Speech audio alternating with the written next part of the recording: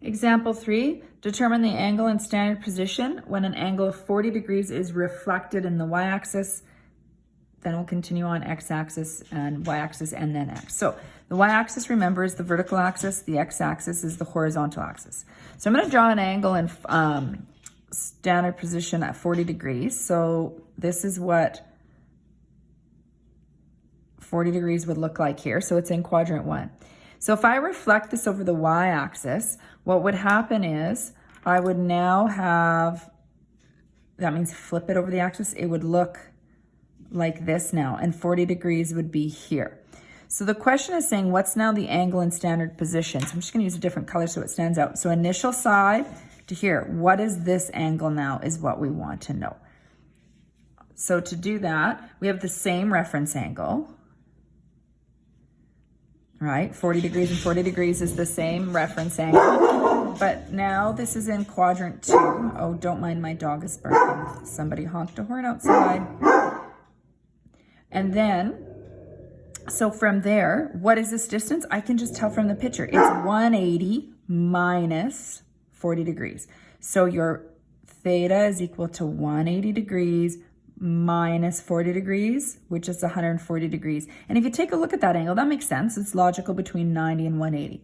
So that's following those rules that we had in that summary, because now we're finding theta. So this is also helpful here. So really it's this rule right here.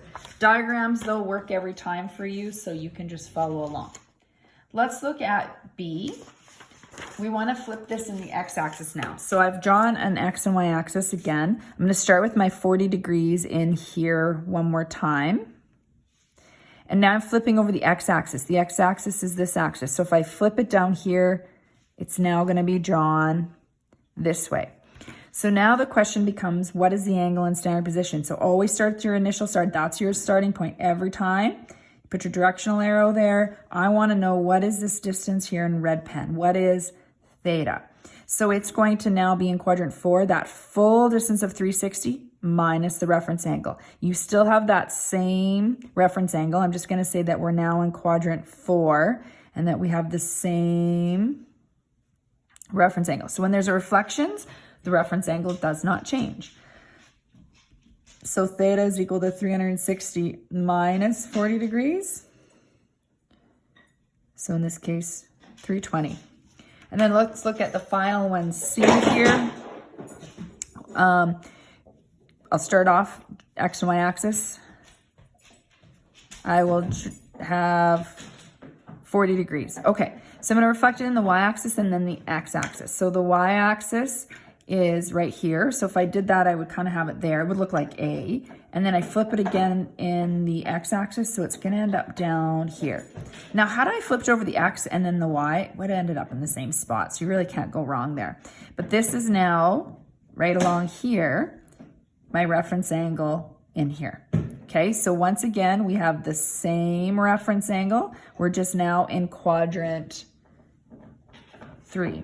So I'm going to draw the angle in standard position in quadrant 3. I always start at my initial side and go all the way around to that terminal side. So that's called theta. So this is a distance of 180 plus 40. 180 plus 40. So when we add that, we get 220 degrees. So when you have a reflection, reference angles stay the same. You can look at what quadrant you now have your terminal side in, and then find the corresponding standard position angle.